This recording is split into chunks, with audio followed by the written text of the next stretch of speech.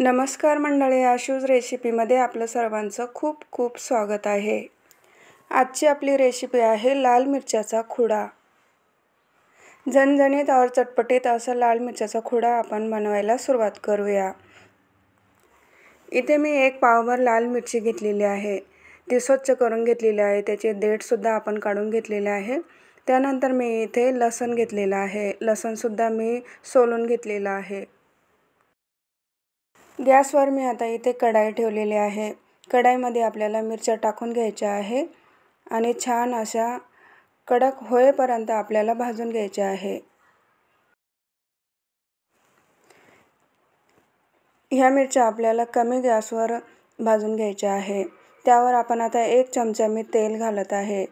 तेल घातल्यानंतर आपल्याला मिरची छान अशी कडक होते आणि पटकन भाजल्या जाते। तेल टाकल्यानंतर आपल्याला छान मिक्स करून घ्यायचं आहे।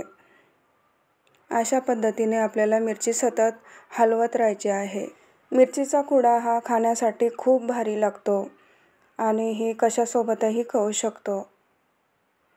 इथे आपण बघू शकता आपली मिरची छानपैकी भाजत आहे।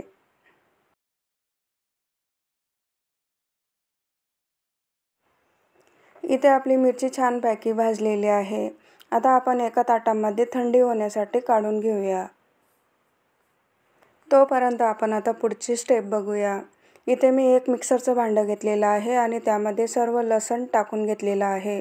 आता आपण मिक्सरमधून याला फिरून घेणार आहे। इथे आपण बघू शकता अशा पद्धतीने मी हा लसूण फिरून घेतलेला आहे। त्यानंतर आपली मिरची इथे थंडी झालेली आहे आणि कडक एकदम मस्त झालेली आहे। आता मी इथे एक मोठं मिक्सरचं भांडं घेतलेलं आहे। मिरची सर्व त्यामध्ये टाकून घेतलेली आहे। ती सुद्धा आपल्याला आता मिक्सरमधून फिरून घ्यायची आहे।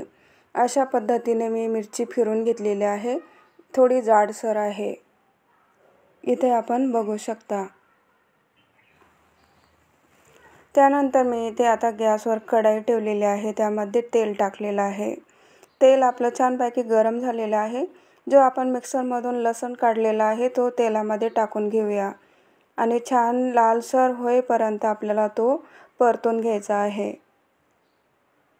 लसणाला सुद्धा आपल्याला कमी गॅसवर परतून घ्यायचा आहे आणि अशा पद्धतीने आपल्याला तो कडक होईपर्यंत परतायचा आहे।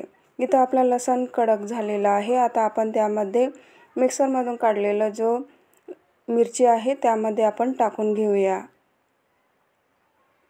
इथं मी सर्व मिरची त्यामध्ये टाकून घेतलेली आहे। आता आपण त्यावर चवीनुसार मीठ घालत आहे। मीठ घातल्यानंतर आपल्याला छानपैकी मिक्स करून घ्यायचं आहे। अशा पद्धतीने आपल्याला सर्व मिरचीचा खुडा एकजीव करून घ्यायचा आहे।